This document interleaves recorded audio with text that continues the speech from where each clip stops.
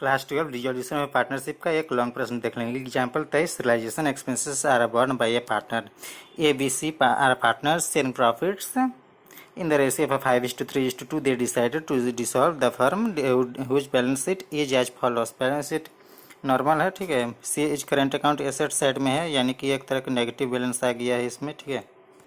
Following transactions took place at the time of a dissolution. Realization expenses were to be fully borne by A, for which he is to get a credit of 10,000. Actual realization expenses paid out of a firm's bank account amounted to rupees 12,000. B took stock 55,000, C took over building 4 lakh. Other assets realised debtors 48,000, furniture 17,000, machinery 80,000. Patent and didn't realise anything and trade creditors we are settled in full by paying them rupees 65,000. Accounts of partners we are settled after realising assets and paying outside liabilities. Realisation account, partners current account, partners capital account, bank account बनाना है, बने रहे question में, ठीक है। सब explain करेंगे धीरे धीरे, भागने की जरूरत नहीं है। सिंपल बनाया गया है रियलाइजेशन अकाउंट। इसमें से सबसे पहले करना ये है कि जितना भी सन्ड्री एसेट्स है और लाइबिलिटीज उसको सीधा सीधी उतार देना है, ठीक है। डेबिट साइड में सारे एसेट्स को उतार दीजिएगा और क्रेडिट साइड में जितने भी लाइबिलिटीज है उसको उतार देना है, ठीक है।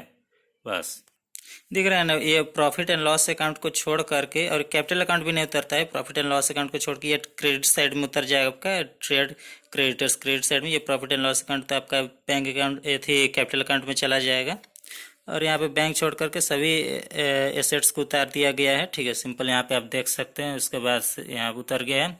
अरे बाई बैंक अकाउंट एसेट्स को बेच दिया गया है, तो 48,000 रुपया डेटर से पैसा आया, फर्नीचर बेचने में 17,000, मशीनरी बेचने में 80,000 रुपया आ गया, ठीक है। और ये बीच करेंट अकाउंट स्टॉक ले लिया है, by C's current account building ले लिया है, ठीक, सी लिया है बिल्डिंग, बाद बाकी इधर आ गया, ठीक है।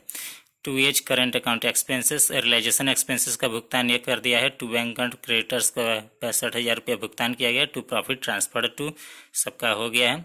हमको यहीं तक से बताना था, ये एसेट्स ट्रांसफ़र किया गया है, लाइबिलिटीज ट्रांसफ़र तो गलती से हम पूरा बना दिए, मिस्टेक हो गया, ठीक है।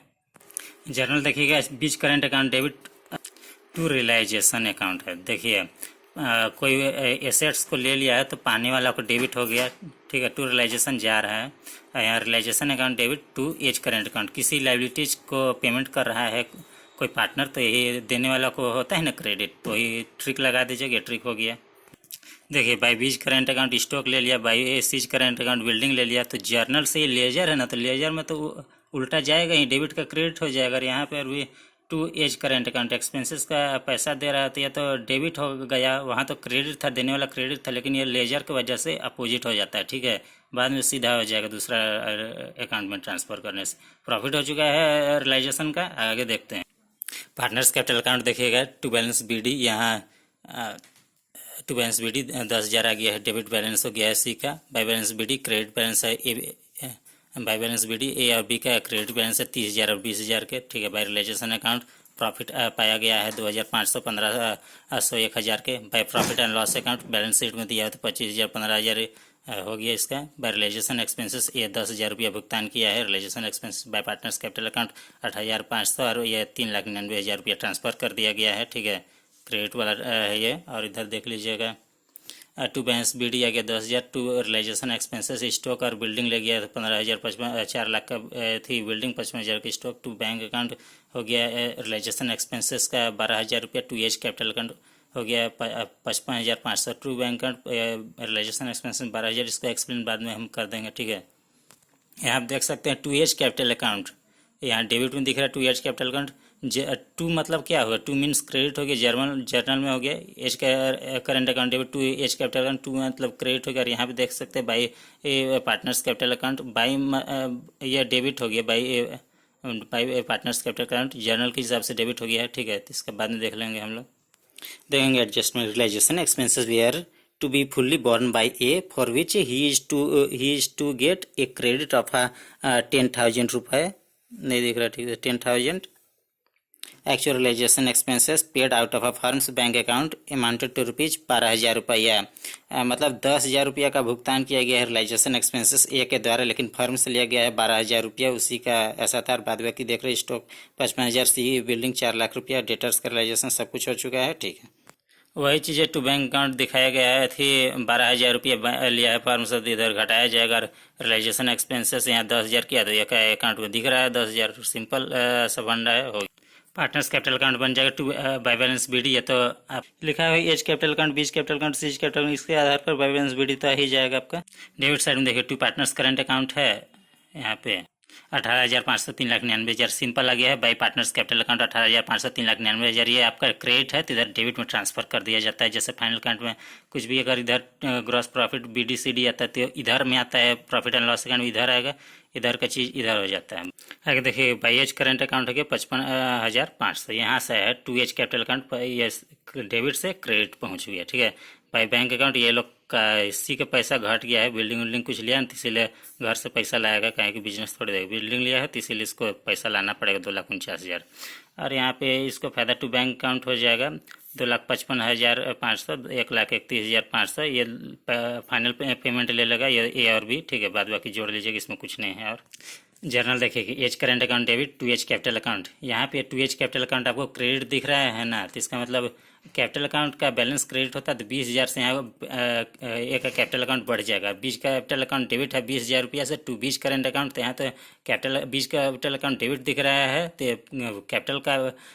कैपिटल अकाउंट का बैलेंस जो होता है वो क्रेडिट होता है। यहाँ तो डेबिट बैलेंस दिख रहा है 20,000, तो 20,000 से बी का कैपिटल अकाउंट घटेगा।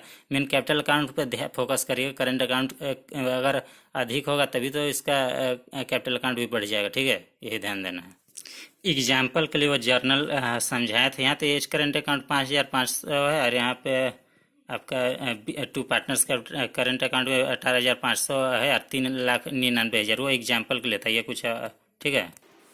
बैंक अकाउंट आ जाएगा टू बैलेंस BD 70,000 रुपया, टू रियलाइजेशन अकाउंट एसेट से realise 1,45,000, to C's capital account cash brought in, building ले लिया तो इसकी वजह से कैश लाना पड़ा 2,49,000 रुपया।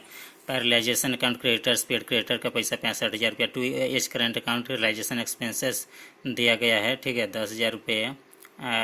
By as capital account final payment हो गया, बाई बीच कैपिटल अकाउंट फाइनल पेमेंट इसका भी हो जाएगा, 4,64,000 सबका सेम हो गया।